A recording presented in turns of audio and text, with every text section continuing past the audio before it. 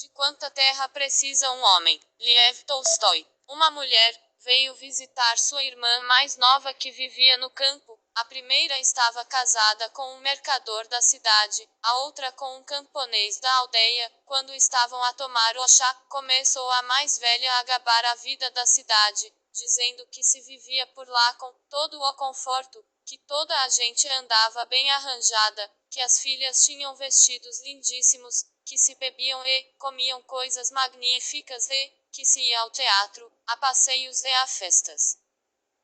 A irmã mais nova, um pouco despeitada, mostrou todos os inconvenientes da vida do comércio e exaltou as vantagens da existência dos camponeses. Não trocaria a minha vida pela vossa, é certo que vivemos com alguma rudeza, mas, pelo menos, não estamos sempre ansiosos. Vocês vivem com mais conforto e mais elegância, mas ganham muitas vezes mais do que precisam e estão sempre em riscos de perder tudo. Lá, diz o ditado. Estão juntos na merca o ganho e a perca. Quem está rico num dia pode, no dia seguinte, andar a pedir pão pelas portas. A nossa vida é mais segura, se não é farta, é pelo menos comprida. Nunca seremos ricos, mas sempre teremos bastante que comer. A irmã mais velha replicou com zombaria. Bastante?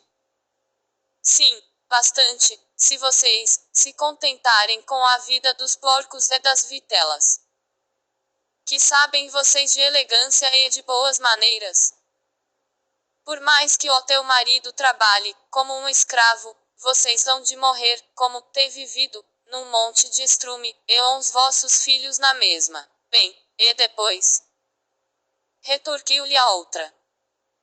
Não nego que o nosso trabalho seja rude e grosseiro, mas em compensação é seguro e não precisamos de nos curvar diante de ninguém. Vocês, na cidade, vivem rodeados de tentações. Hoje, tudo corre bem, mas amanhã o diabo pode tentar o teu marido com a bebida, o jogo, ou as mulheres, e lá se vai tudo. Bem sabes que é o que sucede muitas vezes. Paulo, o dono da casa, estava deitado à lareira e escutava a conversa das mulheres. Menos é realmente assim, pensava ele, menos uns lavradores ocupados desde meninos no amanho da terra não têm tempo para pensar em tolices, só o que nos consome é não termos terra bastante. Se tivesse toda a terra que quero, nem o diabo seria capaz de meter-me medo. As mulheres acabaram o chá, pauraram ainda um bocado sobre vestidos, depois arrumaram a louça e deitaram-se a dormir.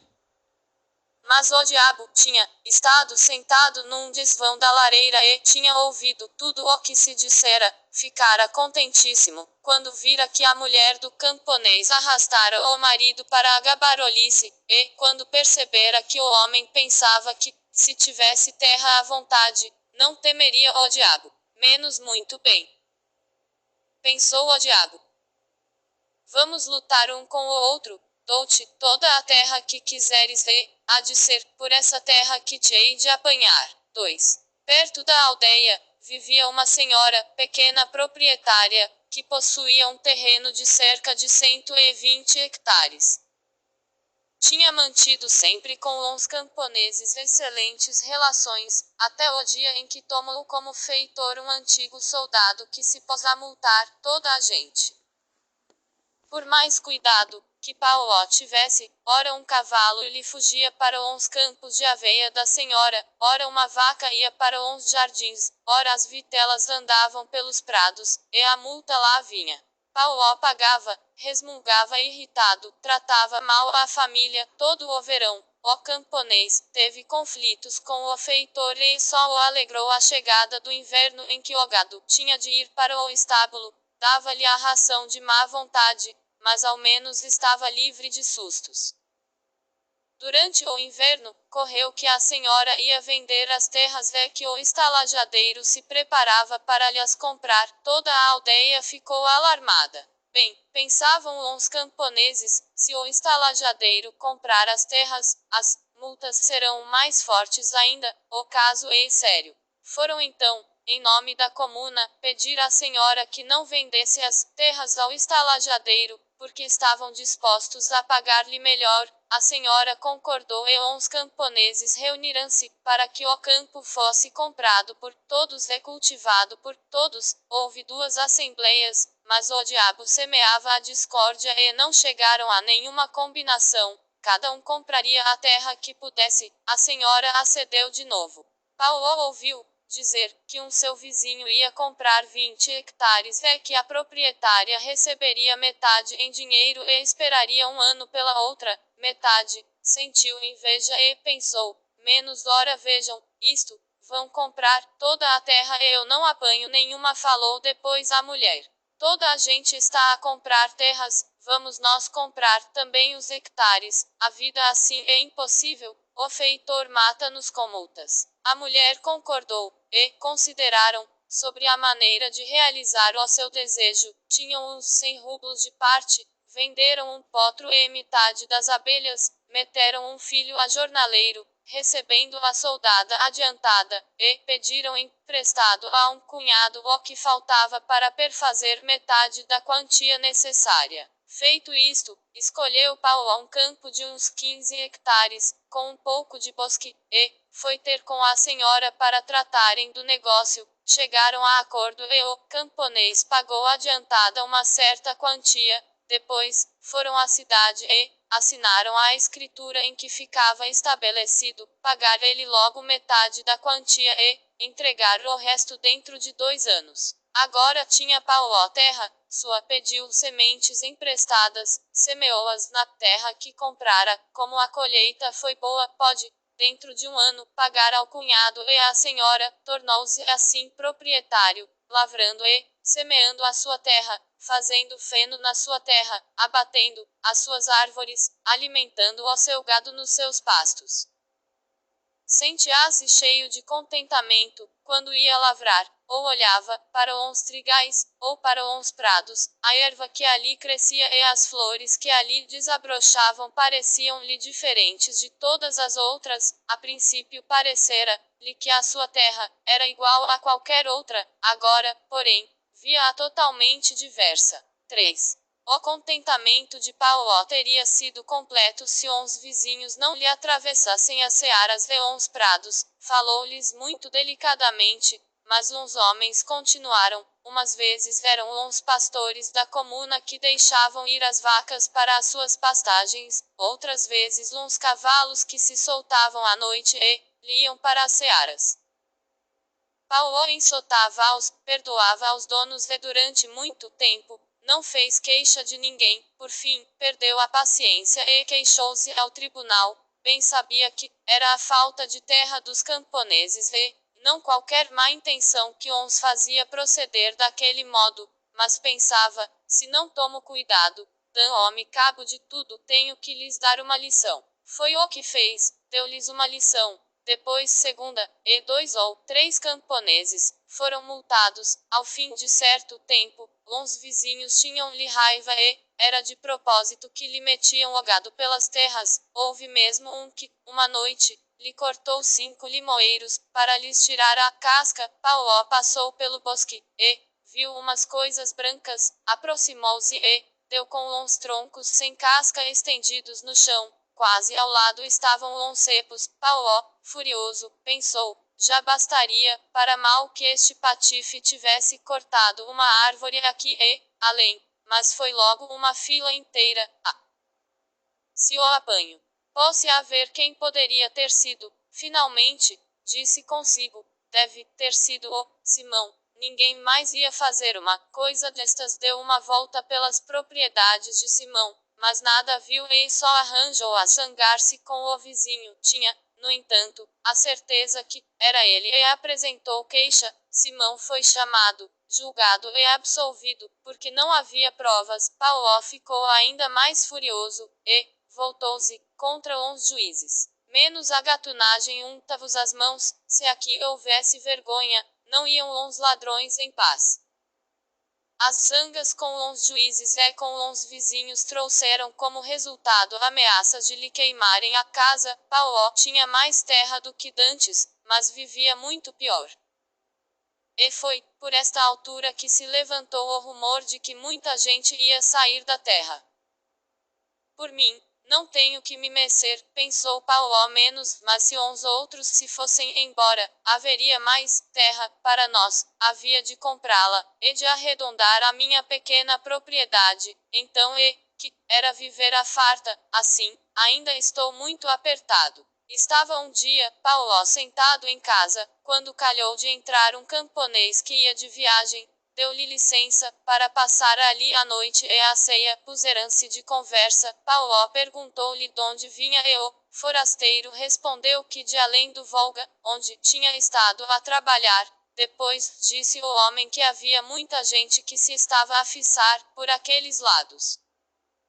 Mesmo lavradores da sua aldeia, tinham entrado na comuna e obtinham 75 hectares. A terra era tão boa que o centeio crescia à altura de um cavalo e era tão vasto que com meia dúzia de foiçadas se fazia um feixe. Havia um camponês que tinha chegado de mãos a abanária e possuía agora 6 cavalos e 2 vacas. O peito de Paulo inflamava-se de cobiça, para que hei de eu continuar neste buraco se noutra parte se pode viver tão bem? Vou vender tudo e com o dinheiro, vou começar a vida de novo, aqui, há muita gente e, sempre sarilhos, mas, primeiro, vou eu mesmo saber as coisas ao certo pelos princípios do verão. Preparou-se e partiu, desceu o Volga de vapor até Samara, depois andou a pé, 90 léguas, por fim chegou. Era exatamente o que o forasteiro tinha dito. Uns camponeses tinham imensa terra, cada homem possuía uns 75 hectares, que a comuna lhe dera e, se tivesse dinheiro, podia comprar as terras que quisesse, a 3 rublos o hectare. Informado de tudo o que queria saber, voltou Paulo a casa no outono e começou a vender o que lhe pertencia. Vendeu a terra com lucro, vendeu a casa e o gado, saiu da comuna, esperou pela primavera e largou com a família para uns novos campos. 4. Logo que chegaram à nova residência, pediu Paulo que o admitissem na comuna de uma grande aldeia, tratou com uns dirigentes e deram-lhe uns documentos necessários, depois, concederam-lhe 5 talhões de terra, para ele e, para o filho, isto é, 375 hectares em campos diferentes, além do direito aos pastos comuns. Paulo construiu as casas precisas e comprou gado. Só de terra da comuna tinha ele 3 vezes mais do que dantes e toda ela era excelente para trigo. Estava incomparavelmente melhor com terra de cultivo e de pastagem e podia ter as cabeças de gado que quisesse. A princípio, enquanto durou o trabalho de se estabelecer, tudo satisfazia Paulo, mas quando se habituou, começou a pensar que ainda não tinha bastante terra. No primeiro ano, semeou trigo na terra da comuna, e obteve boa colheita. Queria continuar a semear trigo, mas a terra não chegava e a que já tinha não servia, porque, naquela região, era costume semear o trigo em terra virgem, durante 1 ou 2 anos, depois deixar o campo de pouso, até se cobrir de novo de ervas de prado. Havia muitos que desejavam estas terras e não havia bastantes para todos, o que provocava conflitos. Uns mais ricos queriam-nas para semear trigo e, uns que eram pobres para as alugar a negociantes, de modo a terem dinheiro para pagar uns impostos. Paulo queria semear mais trigo e tomou uma terra de renda por 1 ano, semeou muito, teve boa colheita, mas a terra era longe da aldeia e o trigo tinha de ir de carro umas 3 léguas. Certo tempo depois, notou Paulo que alguns camponeses viviam em herdades não comunais e enriqueciam. Pensou consigo, se eu pudesse comprar terra livre e arranjar casa, então, que as coisas me haviam de correr bem. A questão de comprar terra livre preocupava-o sempre, mas continuou durante 3 anos a arrendar campos e a cultivar trigo. Uns anos foram bons, as colheitas excelentes, ele começou a pôr dinheiro de lado.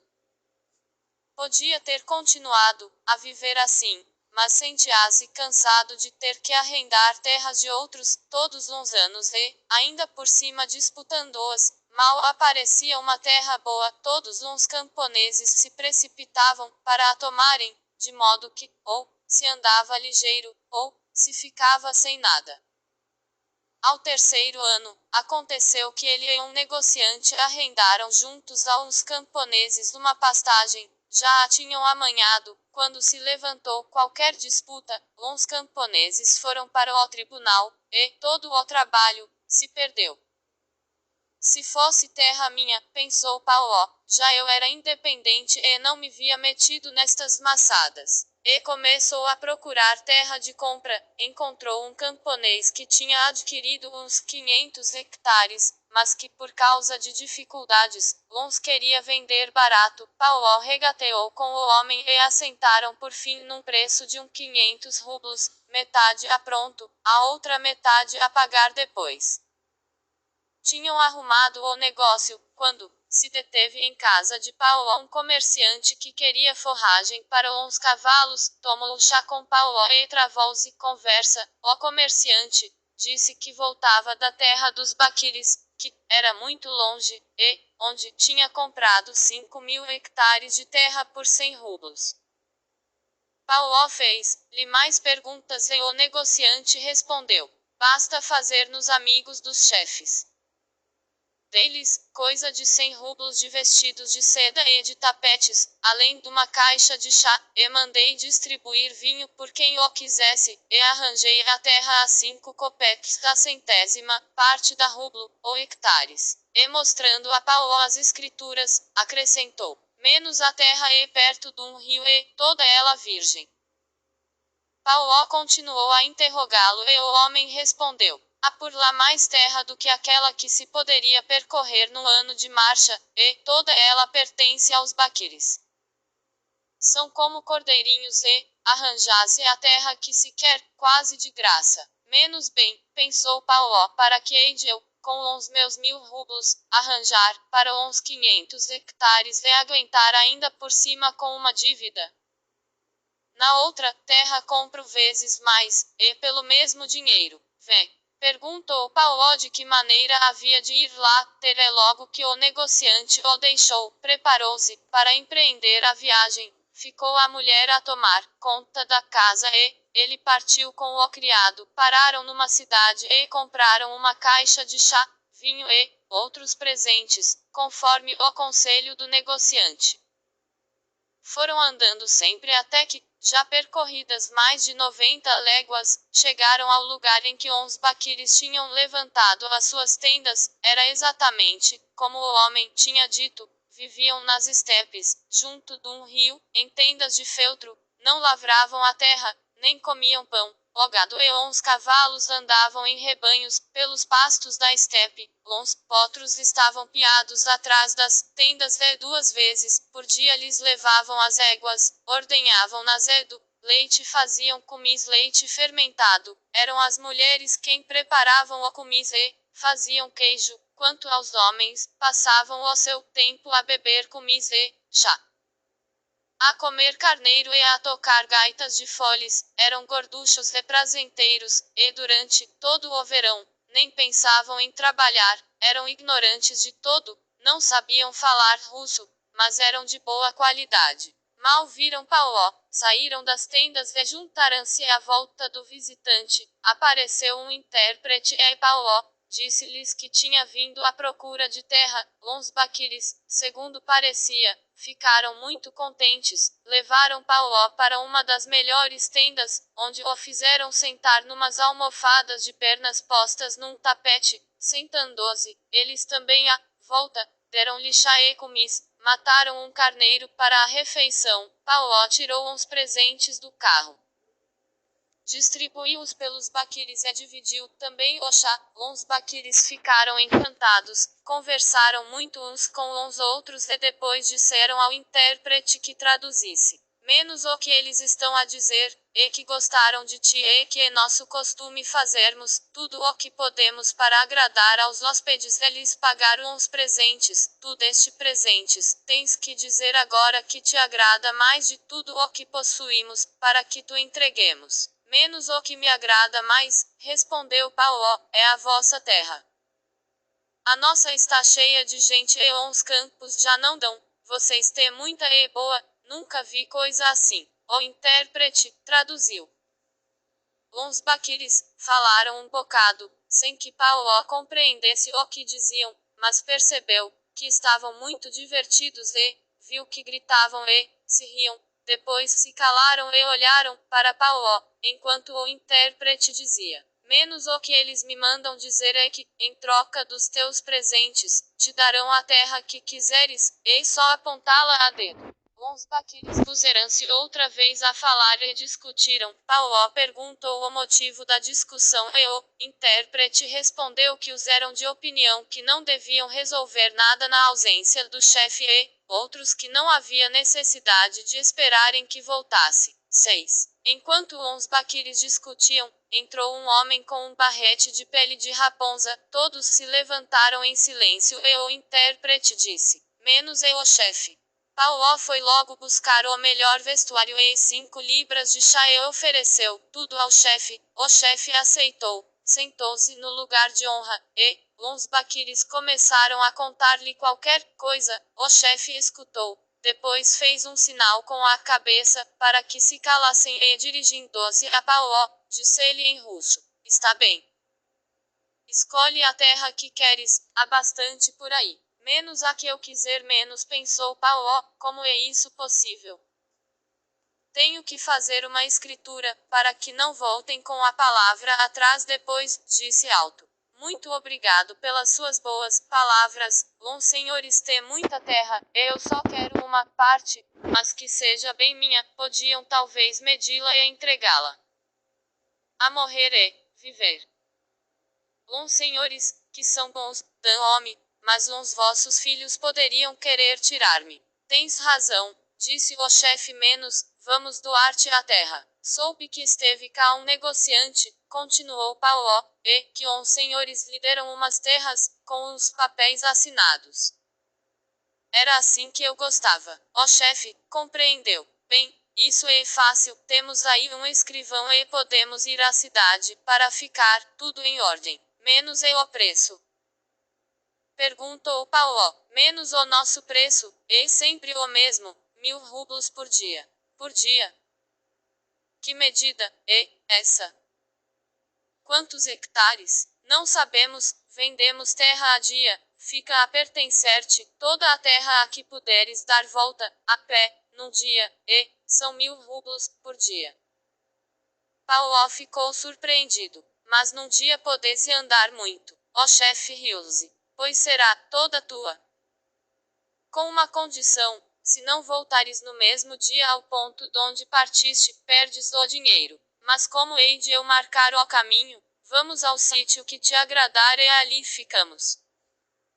Tu começas a andar com uma pá, onde achares necessário fazes um sinal, a cada volta cavas um buraco e empilhas uns torrões, depois nós vamos com um arado de buraco a buraco. Podes dar a volta que quiseres, mas antes do sol posto tens que voltar, toda a terra que rodeares será tua. Paulo ficou contentíssimo e decidiu-se partir na manhã seguinte. Falaram ainda um bocado. Depois beberam mais cumis, comeram mais carneiro, tomaram mais chá. Em seguida, caiu a noite, deram a Paulo uma cama de penas e os baquires dispersaram-se, depois de terem combinado reunir-se ao romper da madrugada, e cavalgar, antes que o sol nascesse. 7. Paulo estava deitado, mas não podia dormir, a pensar na terra. Que bom bocado vou marcar! Pensava ele. Faço bem léguas por dia, uns dias são compridos e dentro de léguas, quanta terra. Vendo a pior, ou arrendo a camponeses e faço uma herdade na melhor, compro 2 juntas e arranjo 2 jornaleiros, ponho aí 60 hectares a campo, o resto a pastagens. Ficou acordado toda a noite e só dormitou pela madrugada, mal, fechava os olhos, teve um sonho. Sonhou que estava deitado na tenda e que ouvia fora uma espécie de cacarejo, pôs-se a pensar o que seria e resolveu sair, viu, então, o chefe dos baquires a rir-se como um doido, de mãos na barriga, Paulo aproximou-se, e perguntou, de que se está a rir, mas viu que já não era o chefe, era o negociante que tinha ido à sua casa e lhe falara da terra. Ia Paulo a perguntar-lhe, está aqui há muito, quando viu que já não era o negociante, era o camponês que regressava do Volga, nem era o camponês, era o próprio diabo, com cascos e cornos, sentado, a cacarejar. Diante dele estava um homem descalço, deitado no chão, só com umas calças e uma camisa, e Paulo sonhou que olhava mais atentamente, para ver que homem era aquele ali deitado, e via que estava morto e que era ele próprio. Acordou cheio de horror. Que coisas a gente vai sonhar, pensou ele. Olhou em volta e viu, pela abertura da tenda, que a manhã rompia. É tempo de 11 ir acordar, já devíamos estar de abalada. Levantou-se, acordou o criado, que estava a dormir no carro, e mandou-o aparelhar. Depois foi chamar uns baquires. Vamos para a estepe medir a terra. Uns baquires levantaram-se, juntaram-se e o chefe apareceu também. Depois, beberam cumis e ofereceram chá a Paulo, mas ele não quis esperar mais. Menos se querem ir, vamos, já é tempo. 8. Uns baquires aprontaram-se e partiram, uns iam a cavalo, outros de carro. Paulo ia no seu carrinho, com o criado em uma pá. Quando chegaram à estepe, já se via no céu o rosado da aurora. Subiram a um cabeço, a que uns baquires chamavam Siqueão, e apiando-se dos carros e dos cavalos, juntaram-se num sítio.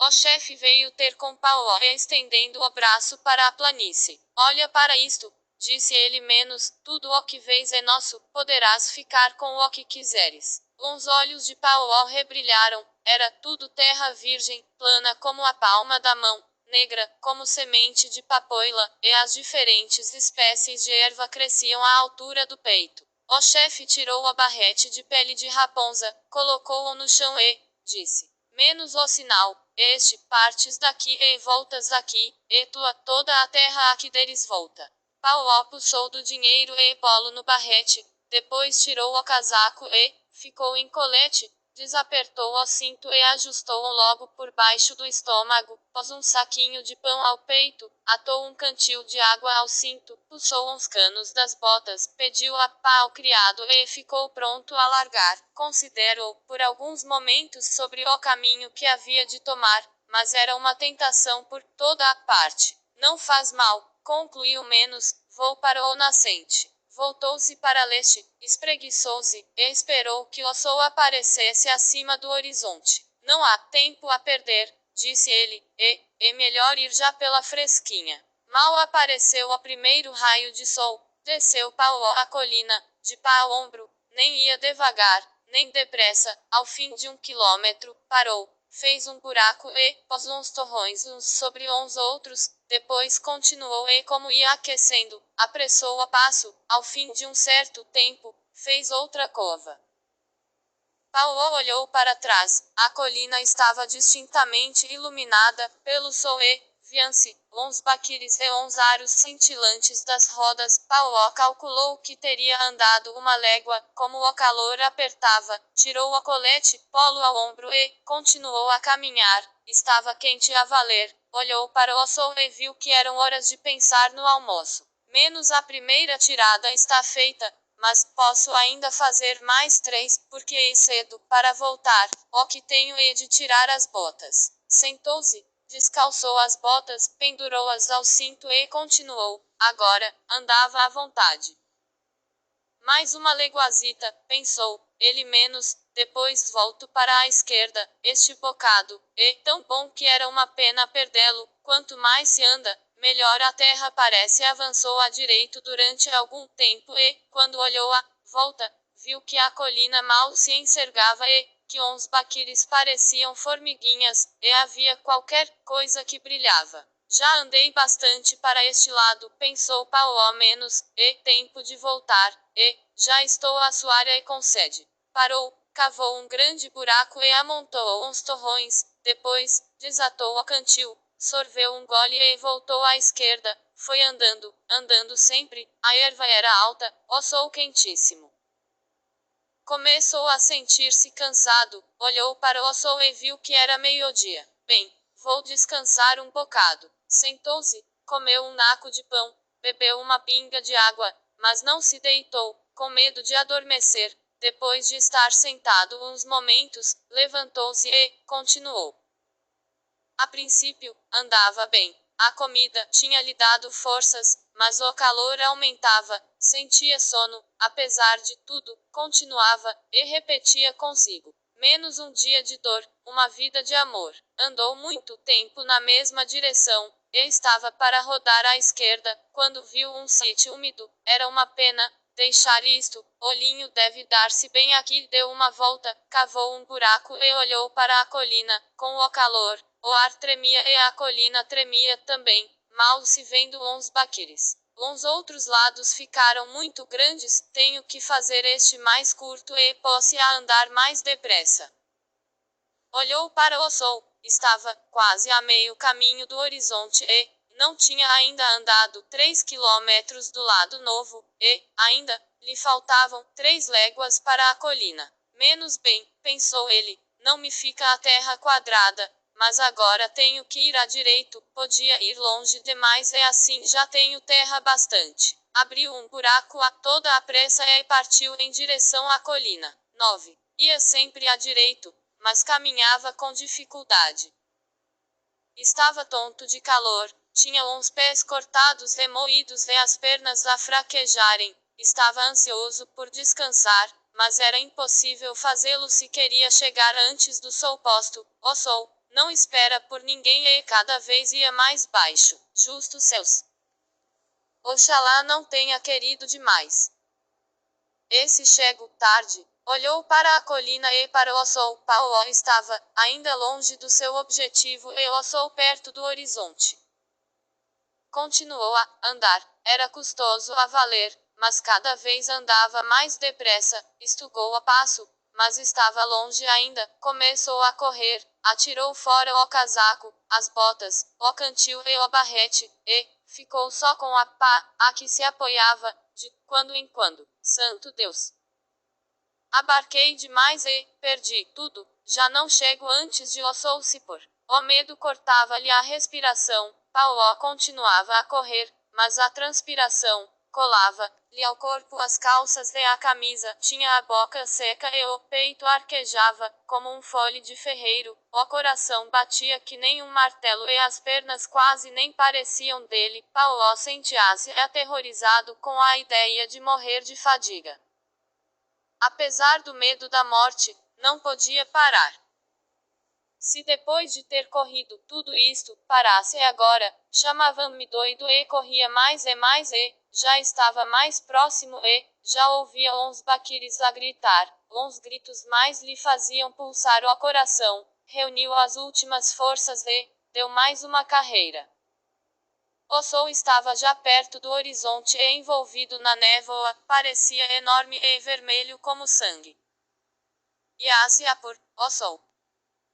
Estava já muito baixo, mas ele também estava perto da meta, podia ver uns baquires na colina, a agitarem uns braços, para que se apressasse, podia ver o barrete no chão com o dinheiro em cima e o chefe, sentado, e de mãos nas ilhargas.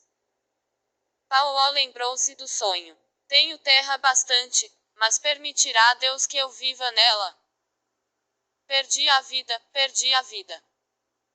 Já não chego àquele lugar. Paulo olhou para o sol que já tinha atingido o horizonte, um lado já tinha desaparecido, com a força que lhe restava atirou-se para a frente, com o corpo tão inclinado que as pernas mal podiam conservar o equilíbrio. Ao chegar à colina, tudo escureceu, o sol pusera-se, deu um grito, tudo em vão e ia parar, quando ouviu uns brados dos baquires e se lembrou de que eles ainda viam o sol. Lá de cima do outeiro, tomou um hausto de ar e trepou pela colina. Ainda havia luz. No cimo lá estava o barrete e o chefe a rir-se, de mãos na barriga. Outra vez Paulo lembrou o sonho. Soltou um grito. As pernas falharam-lhe e foi com as mãos que agarrou o barrete. Grande homem! Grande homem! Gritou o chefe. menos a terra que ele ganhou. O criado de Paulo veio a correr e tentou levantá-lo, mas viu que o sangue lhe corria da boca.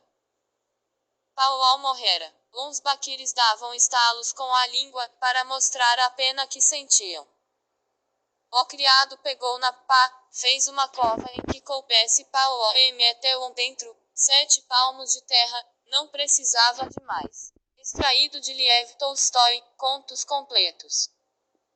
São Paulo, Kozak Knife, 2015.